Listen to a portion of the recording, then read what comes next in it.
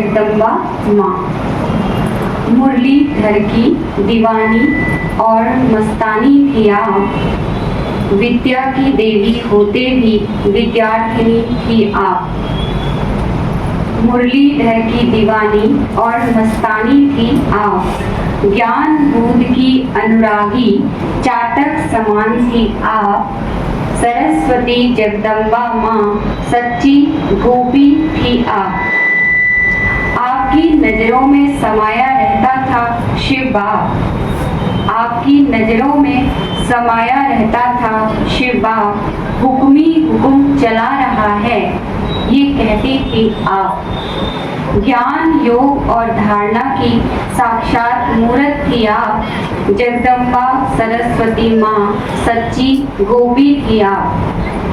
अष्टभुजाधारी माँ दुर्गा शक्ति स्वरूप थी आप। विश्व कल्याणकारी वरदानी त्रिकालदर्शी थी आप। करुणा स्वरूप और क्षमा पूर्ण थी प्रेममयी थी आप। सरस्वती माँ सच्ची गोपी थी आप। सरस्वती जगदम्बा माँ सच्ची गोपी थी आप। संसार से उपराम थी दिव्य परी थी आप। संसार से उपराम थी दिव्य परी थी आप।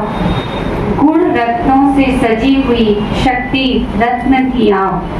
सर्व गुणों की खान, सर्व गुणों की खान, बहुत निर्माण चित थी आप।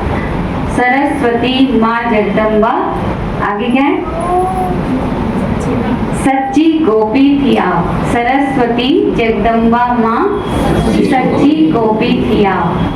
पवित्रता की जननी थी साक्षात सरस्वती थी आप। बाप समान निरहंकारी विश्व वंदनीय थी आप। ब्रह्मा बाबा के पद चिन्हों पर चलने वाली आप।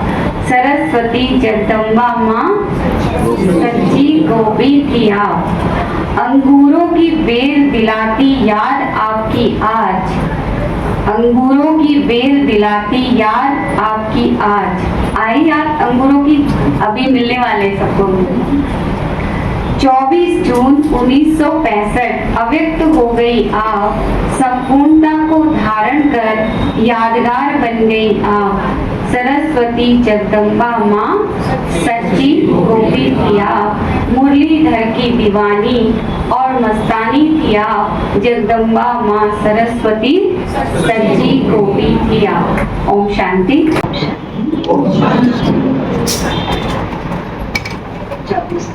मम्मा का स्कूल दिवस होता है।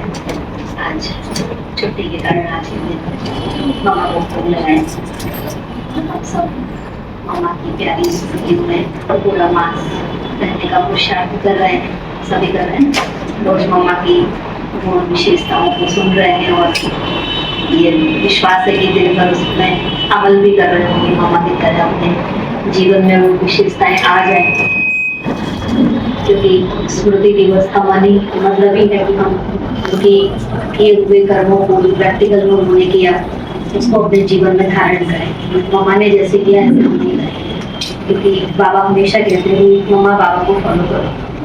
तो दो आदर्श हमारे सामने हैं, संपूर्ण रीति जिन्होंने बाबा की ज्ञान को अपने जीवन में धारण किया और हर दुनिया की परिस्थिति के अंदर रहते हुए किया। घर का, संसार का, समाज का, देश का, सब जगह से परीक्षाएं आई, पेपर आए, माया के पेपर भी आए, बीमारियों के पेपर भी आए, देह से भी आए, बाहर देह के संबंधों से भी आए। लेकिन उसके बाद भी जो शिव बाबा ने कहा, मम्मा ने उसको अपने जीवन में प्रैक्टिकल लाया। मम्मा का हमेशा एक स्लोगन रहता था कि हुक्म ही हुक्म चला रहा है। जो परमात्मा हुक्म चला रहा है उसके आगे पीछे कुछ नहीं है और जैसे कह रहा है वैसे हमें करना है। और दूसरा बचा कि हर घड़ी अंतिम घड़ी है, जिसके आधार पर मम्मा का जो पुरुषार्थ है वो बिल्कुल अंतिम घड़ी है। तो अंतिम घड़ी अगर अभी आ जाए तो हमें इस समय कैसी स्थिति होगी हमारी, तो पुरुषार्थ पर अटेंशन है। वो दो स्लोगन मम्मा के विशेष थे जो मम्मा ने अपने जीवन में धारण किए। प्रैक्टिकल उसी अनुसार बाबा की शिक्षाओं को अपने जीवन में धारण किया और कराया। वास्तव में मातेश्वरी जगदम्बा उसका भक्ति मार्ग में हम सुनते हैं कि वो आदि देवी है, सरस्वती है, ज्ञान की देवी है।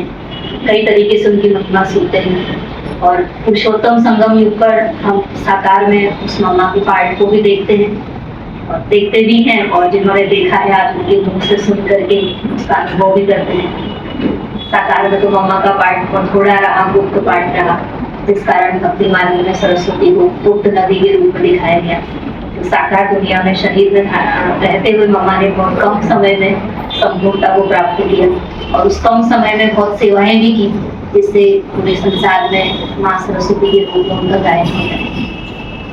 और अव्यक्त होने के बाद भी इस बाबा ने संदेश में भी कहा ना कि एडवांस पार्टी की भी हेड है, यहाँ की भी हेड रही और वहाँ भी हेड है। अभी भी गुप्त रीति फरिश्ते रूप में, सूक्ष्म रूप में बाबा की सेवाओं को कर रही है, मनुष्यात्मा को टचिंग दे रही है। ज्ञान का प्रकाश आज भी मम्मा अपने सूक्ष्म रूप में सबको दे रही है। उसी आधार पर मम्मा का वो गायन भोजन पूरे संसार में, भारत में खास रहता है।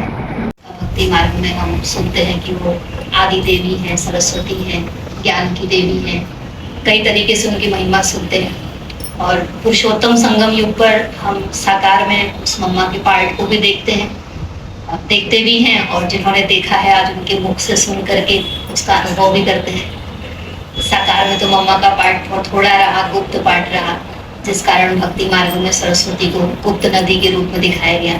तो साकार दुनिया में शरीर में रहते हुए मम्मा ने बहुत कम समय में संपूर्णता को प्राप्त किया और उस कम समय में बहुत सेवाएं भी की, जिससे पूरे संसार में माँ सरस्वती के रूप में उनका गायन होता है। और अव्यक्त होने के बाद भी इस बाबा ने संदेश में भी कहा ना कि एडवांस पार्टी की भी हेड है, यहाँ की भी हेड रही और वहाँ भी हेड है।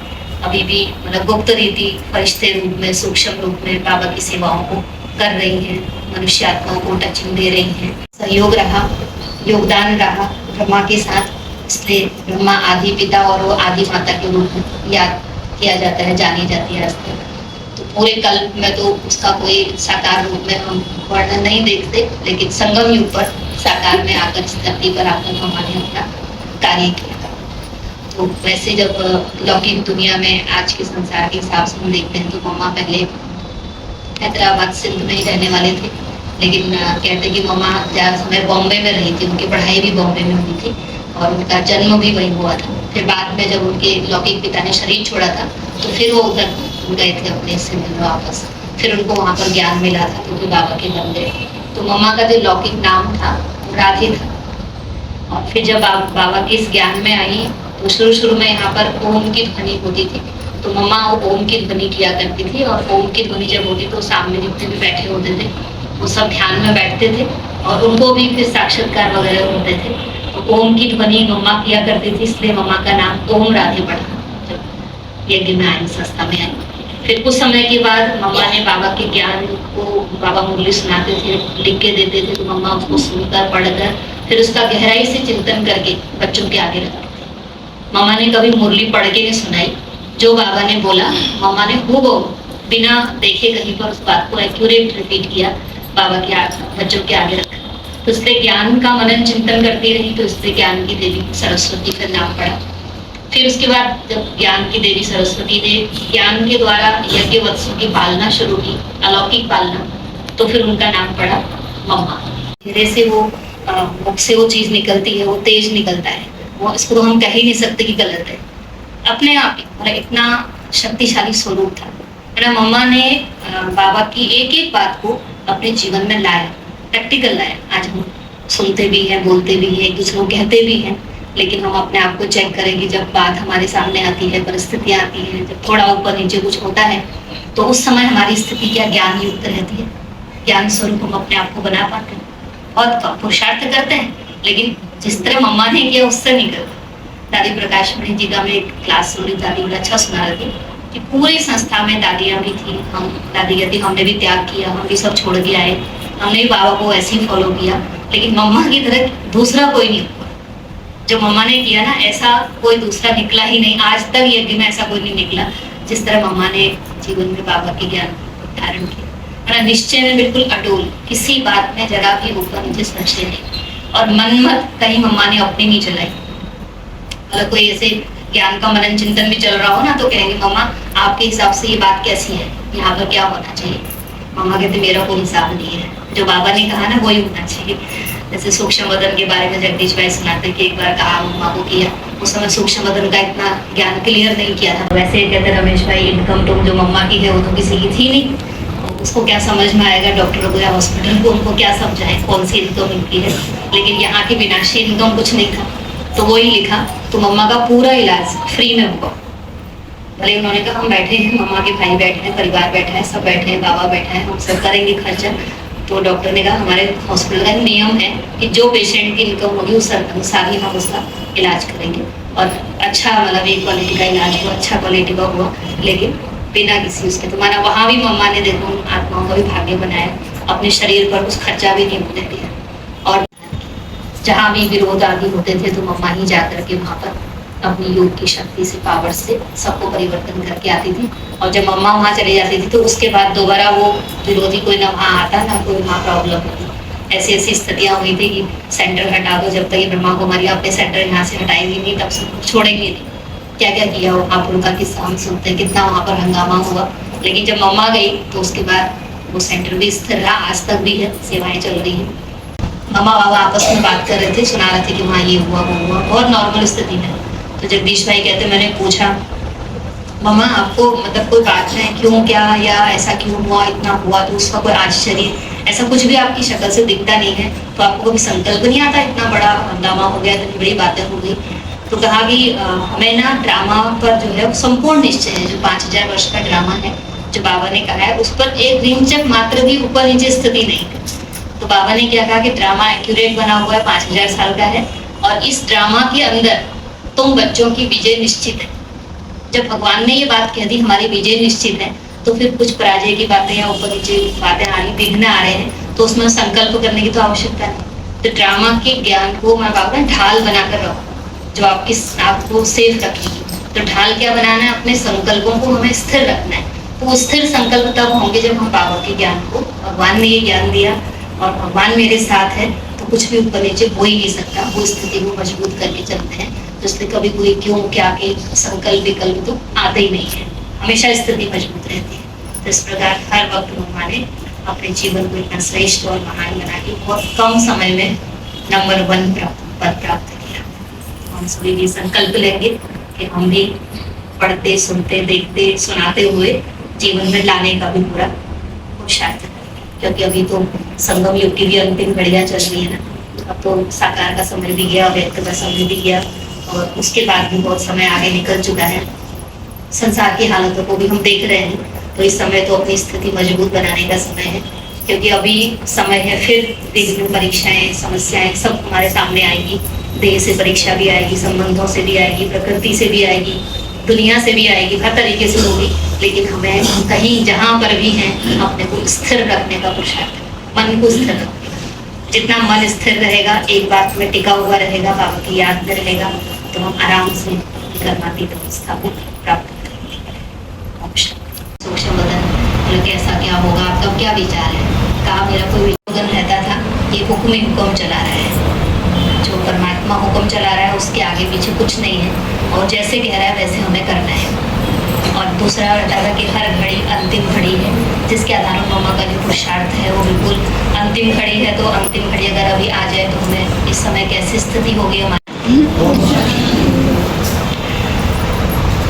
24 जून मम्मा का स्मृति दिवस होता है। आज छुट्टी के कारण आज के दिन मम्मा को भोग लगाया। हम सब मम्मा की प्यारी स्मृतियों में पूरा मास रहने का पुरुषार्थ कर रहे हैं, सभी कर रहे हैं ना। रोज मम्मा की गुण विशेषताओं को सुन रहे हैं, और ये विश्वास है कि दिन भर उसमें अमल भी कर रहे होंगे मम्मा की तरह अपने